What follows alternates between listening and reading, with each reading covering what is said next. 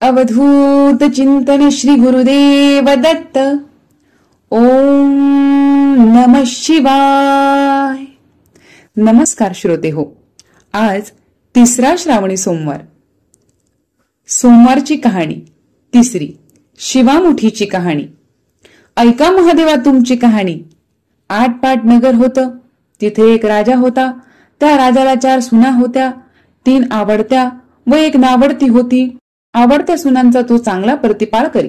नावडतीस जेवायला उष्टे, नेसावायला जाडे भरडे, रहावयास गुरांचे बेडे दिले, गुराख्यांचे काम दिले।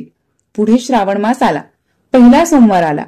ही राणी गेली, नागकन्यांची देवकन्यांची भेट घेतली। त्यांना विचारलं, बाई बाई कोठे जाता?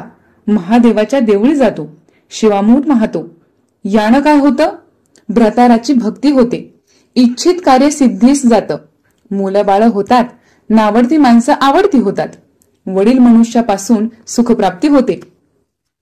मग त्यांनी हिला विचारलं, तू कोणाची कोण? मी राजाची सून, तुमचे बरोबर येते। त्यांच्या बरोबर ती देवळात गेली। नागकन्या देवकन्या वास बसू लागल्या। नावडती म्हणाली, काय ग बायांनो, वसा बसता? आम्ही शिवामुठीचा वसा बसतो। त्या वशाला काय करावं?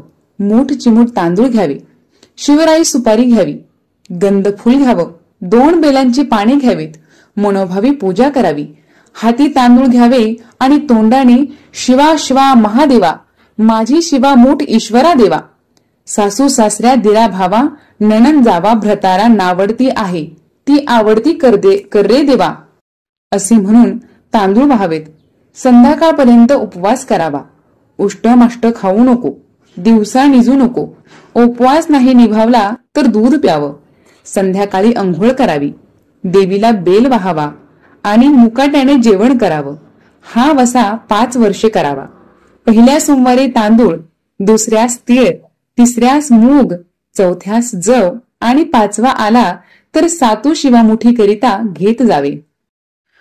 आणि पहिल्या सोमवारी सगळं साहित्य नागकन्या देवकन्यांनी दिलं आणि दुसऱ्या सोमवारी हिला घरून आणावयास सांगितलं। त्या दिवशी हिनं मनोभावी पूजा केली, सारा दिवस उपवास केला। जावानंदांनी उष्टमाष्ट पान दिलं, तिनं गाईला घातलं, शंकरांची आराधना केली आणि दूध पिऊन राहिली। पुढे दुसरा सोमवार आला। नावडतीने घरातून सर्व सामान मागून घेतले। पुढे रानात जाऊन तिने नागकन्यांबरोबर मनोभावे पूजा केली आणि शिवा शिवा महादेवा, माझी शिवामूठ ईश्वरा देवा, सासू सासऱ्या दिरा भावा, नणला जावा भ्रतारा नावडती आहे, ती आवडती कर्रे देवा, असं म्हणून तीळ वाहिले। सारा दिवस उपवास केला, शंकराला बेल वाहिला, दूध पिऊन निजून राहिली। संध्याकाळी सासऱ्याने विचारलं, तुझा देव कुठे आहे? नावडीने जबाब दिला, माझा देव फार लांब आहे, वाटा कठीण आहेत, काटे कुठे आहेत, साप वाघ आहेत, तेथे माझा देव आहे। पुढे तिसरा सोमवार आला। पूजेचे सामान घेतलं, देवाला जाऊ लागली। घरची माणसं मागे चालली, नावडी तुझा देव दाखव म्हणून म्हणू लागली। नावडीला रोजचा सराव होता, तिला काही वाटलं नाही। यांना काटे कुठे पुष्कळ लागले। नावडीची दया आली। आजपर्यंत रानात कशी येत असेल कोण जाणे। नावडीला चिंता पडली, देवाची प्रार्थना केली, देवाला तिची करुणा आली।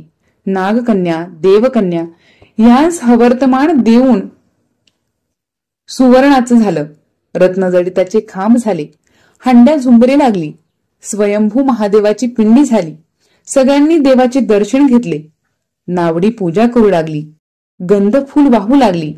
नंतर मूग घेऊन शिवा शिवा महादेवा, माझी शिवामूठ ईश्वरा देवा, सासू सासऱ्या दिरा भावा, नंदा जावा भ्रतारा नावडती आहे, ती आवडती कर्रे देवा, असे म्हणून तिने शिवाला वाहिले। राजाला मोठा आनंद झाला। नावडीवर प्रेम वाढलं, दागिने द्यायला दिलेत।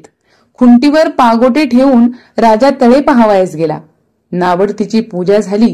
पूजा झाल्यावर सगळी माणसे बाहेर आली। इकडे देऊळ अदृश्य झालं। राजा परत आला। माझं पागोट देवळी राहिलं। देवळाकडे आणावयास गेले, तो तेथे एक लहान देऊळ आहे, तेथे एक पिंडी आहे, वर आपण केलेली पूजा आहे, जवळ खुंटीवर पागोटे आहे। तेव्हा त्यांनी सुनेला विचारलं, हे असं कसं झालं?